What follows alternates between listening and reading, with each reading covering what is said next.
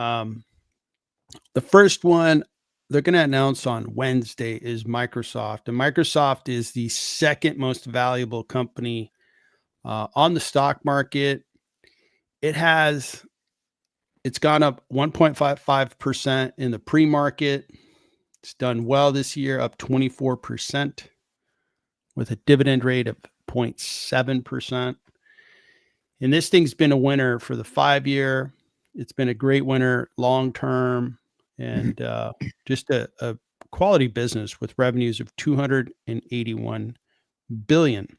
P ratio looks a little high, 38. That is high. Forward P is high. Analysts really believe that they're a good buy. And I think that there's some recent analysts are publishing their buy ratings on Microsoft. It's kind of like everybody's on a buy rating for Microsoft.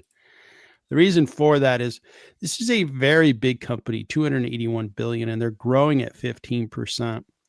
And they're in businesses that are really desirable. The businesses include software, which is their legacy business. That's where they started. Cloud infrastructure, where they're part owners in OpenAI, but I think a lot of OpenAI workloads run on Microsoft Azure, which is the cloud infrastructure piece to Microsoft. And those pieces, obviously, if you're in the data center, it's something that the market really, really likes because there's a lot of future growth that's expected. So they have a very good strategic business. As we look at cash flows, and this is where, again, what are the things that make Microsoft and the rest of these companies super valuable? Well, I just showed you revenue growth. That's important. Cash flow.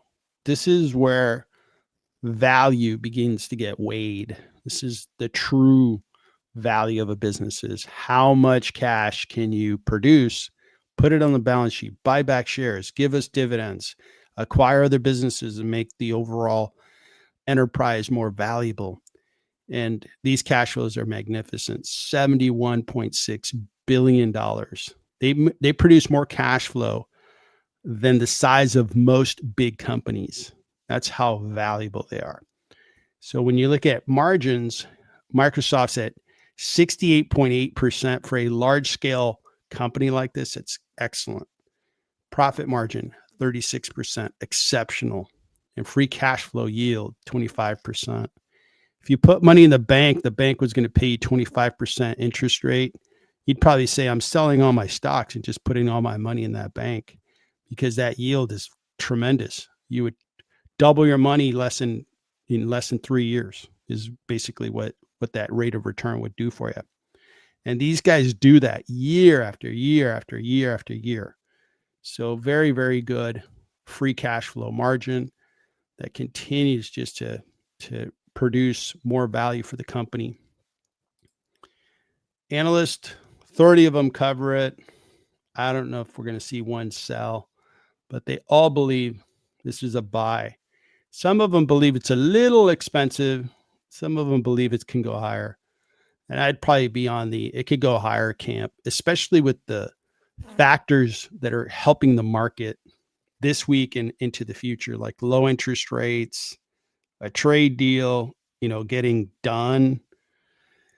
Those kinds of things are just going to help a Microsoft. They're going to keep growing year after year. They will be close to a $500 billion revenue company in fiscal year 2029, which ends June 30th of 2029. And their profits are going to continue to expand. So this is an example of a high quality business, really good business.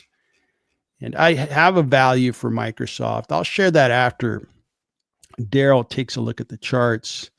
Over to you, Daryl. Okay.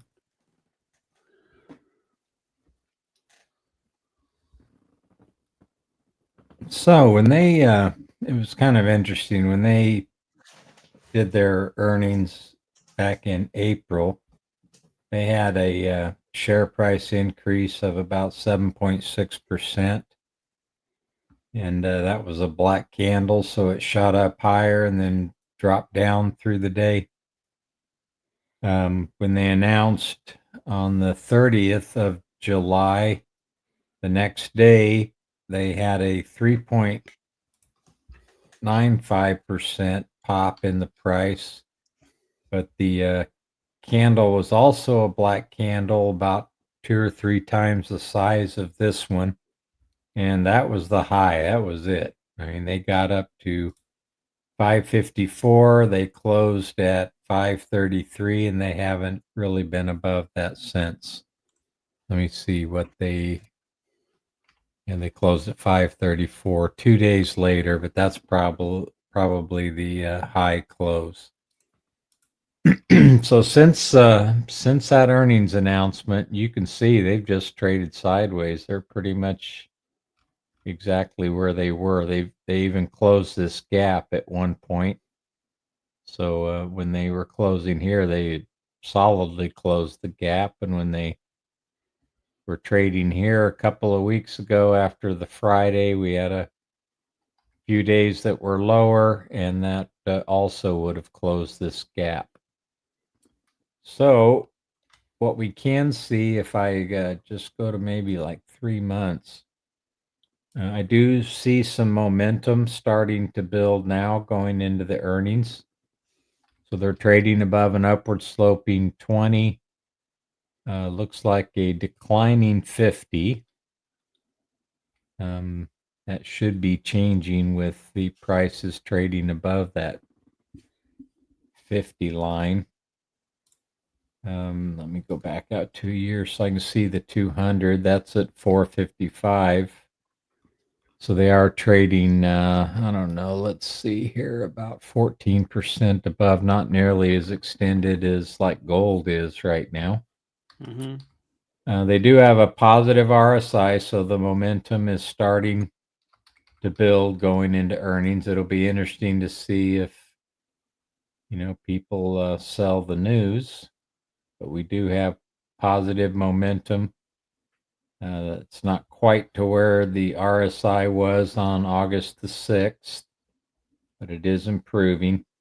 We did have a bullish crossover in bullish territory on Friday's close.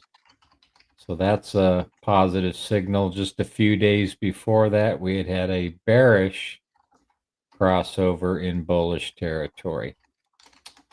The accumulation is not quite where it was prior to their earnings on the 29th of July. They're still shy of that, but there was some distribution, and then about the 26th of August, that has since reversed, and the accumulation is starting to increase. So it'll be interesting to see what happens with them this week. The market is definitely looking forward to the earnings based on the increasing prices in the charts. Yeah, very, very interesting. And the interesting the storylines around Microsoft with its early investment in OpenAI, that was a really smart thing on their part. I don't know what percentage they own, but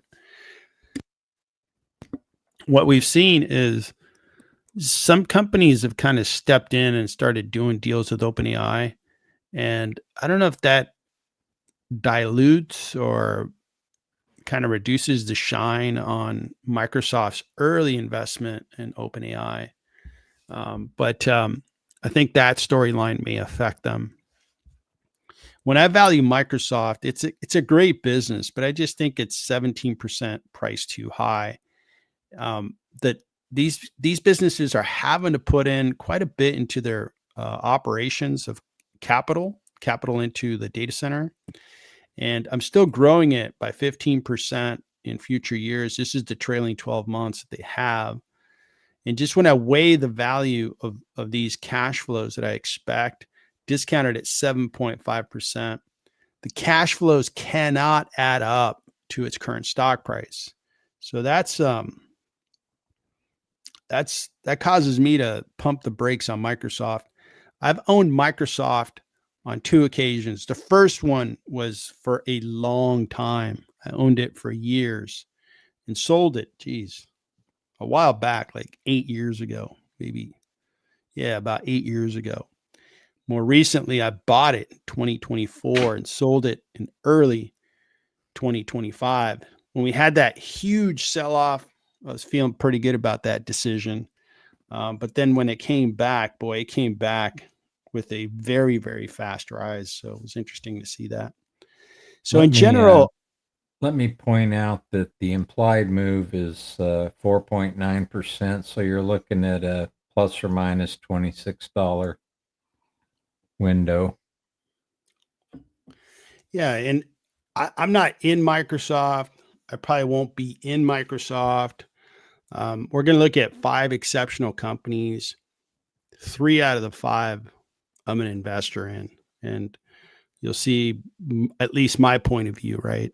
And that is Microsoft, just an exceptional business. Any last comments on Microsoft before we move on to Alphabet? Nope. I am a holder of Microsoft. All right.